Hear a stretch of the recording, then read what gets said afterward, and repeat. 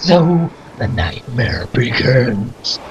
Hi, everybody! If Freddy jumps out, that'd be cool. That would be freaky, but this guy does enough for Freddy because he does have a claw like Freddy. Seriously. Except this guy's claw is even more badass. The only difference is this guy's not a sick, perverted child molester. No, he isn't. He's a sick, demented guy that wants to beat the shit out of people who bully them kind of guy. And I was anyone. playing this level on this is my second run through the game, in the living room and all that. Oh yeah, parents and all My that. mom was watching this, like, how can you play this game? I would be freaking out. I'm like, I won the first time.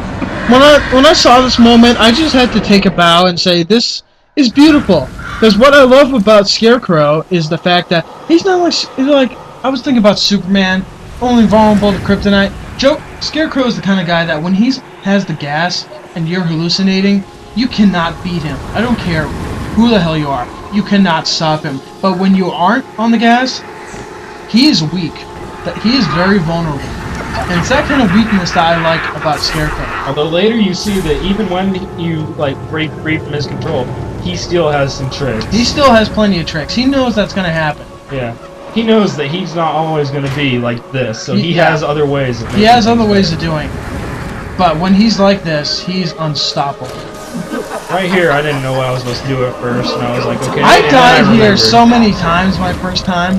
I didn't die once on any of the Scarecrow moments the first time I played through this, but then I did on the second time. I got careless. I'm like, I know what to do here. I died plenty of times. I will admit it. And right here, basically, once you do that, you just wanna leg it and get to this frickin' beacon. What's one thing that people fear the most? The dark. How do you fight the dark? With light. You bring in some light, just like the game Alan Wake. What's coming out? It's coming out, I think around March, and that's the next game I'm getting after Dragon Age Origins. Bioshock 2? Mass Effect 2? Oh yeah, I forgot. Yeah, Army of 2 too? You know, forget everything I just said. I forgot about all the other good games coming out. I thought, I'm gonna get Dragon Age Origins, then I gotta get something for Christmas. What the hell? I'll get Assassin's Creed 2. 2008, a drought of video games. Only thing to come out that was really remotely worth something was Dead Space on Halloween. Yeah. Then, not really anything else. Everything else that came out just wasn't worth it.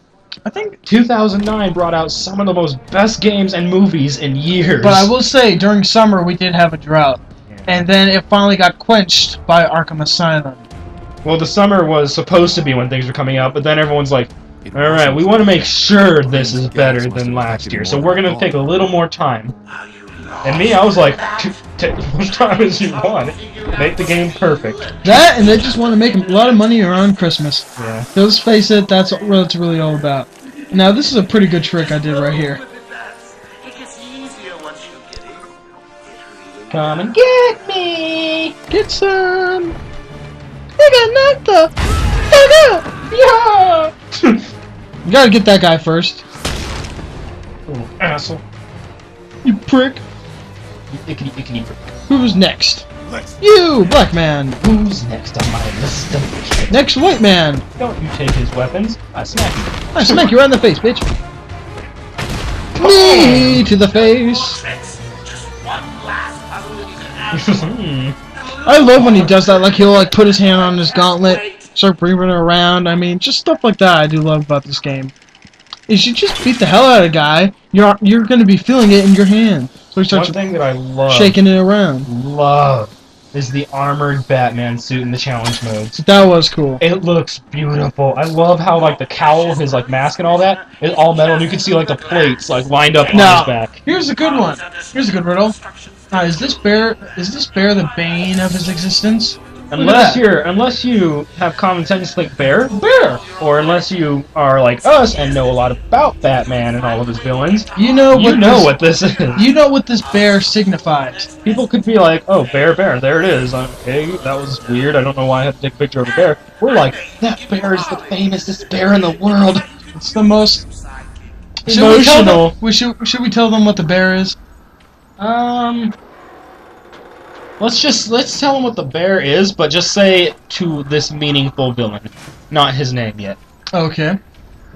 Shall I? Yes. The bear is basically supposed to be the only friend this person ever had. It's the only love, you could basically say. It's the only comfort. And that's deep. That is very Batman's deep. villains all have really deep things, deep like backgrounds. Yep, especially this person who the game. Oh, kitty. Fluffy kitty. Anyway, back to Batman. But yeah, that's the thing, is all his villains have had a troubled past. Especially like the villain we're about to come across. This guy not only has the troubled past, he still has the trouble in like his present too. Yeah, he cannot get away from it. And he's forever tormented. For this part, we can't get spotted. No. I've never been spotted, so I don't know if you instantly lose, but I never have either. I just heard that Joker, like, she was told to kill Commissioner Gordon if Batman was found by anybody in the room. Yeah. And so I was like, oh god, I can't get caught, so I was as sneaky as possible. I spent a long time until I finally found this method of doing it, which I recommend to you guys because it works every single time. If that guy's staring at you, he won't see you if you're still pretty far away. Yeah, you'll be fine. And this is the best way of doing it. It's very simple. Then you just jump in behind him, and then you take him out. Now, Harley Quinn, don't even pay attention to her, because she can look out, and she won't even see it. Even if you're right there. She can wave at you, but no, nothing will happen. No, nothing will happen. And then, once you get it down to one or two guys, especially if they're on the opposite ends, then it becomes really easy. But my trouble was the guy in the front, and then there was a guy right around the corner next to him. Plus, this guy was walking back and forth, so I was like, alright, I have three guys I have to watch out for. This game makes you think about what you're gonna do.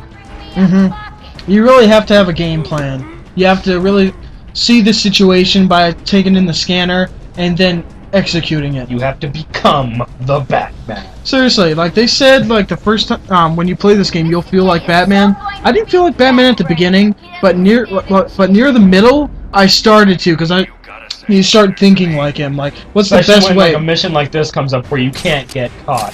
Yep. Stuff like that. Then right here is just fun. Yeah, right here just kick some ass. Hey, Harley! Hey, bitch! Oh! You know, you do look hot, but we gotta knock you out. You took longer than I thought. He's out of control. He's trying to prove something. I'm not sure I can stop him. He took a beat up. Huh. You'll do it. Batman, the blood on the side of his face. The blood! The blood of the lamb! I don't know what it is. Nice squeak. Alright! I know, right? Still my favorite line from the Joker probably in this entire game.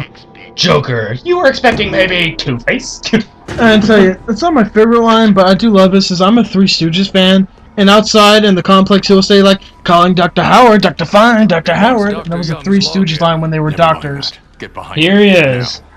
The first villain I saw for this game. The designs of him and all that. Who was beautiful. Right here I was like, oh my god, look at him! You really do get the sense that he is absolutely weak. This guy he's Bane, for anybody who doesn't know. Yeah. And if you don't know, and if you guys don't know this, and if you're not familiar with Bane, he's from South America. If you know who Bane is, but only know of him because of that Arnold and George Clooney Batman movie, no, don't think of him as that. That made him just a pawn. Let me tell you something, Bane is a smart guy. Bane is like one of the most valuable villains, because he was the only one to ever physically damage Batman. And they say that right here. Which was a... The movie didn't do him justice, because they made him seem like a brute with no mind, but Bane is actually smart. He knows how to go and rob things. That's basically how he made his career, as a petty thug, and then he eventually wanted to become stronger, so he was put through the process of having venom coursed through his veins. Basically, in the movie, he was basically... I think it's about to end. We'll explain right now.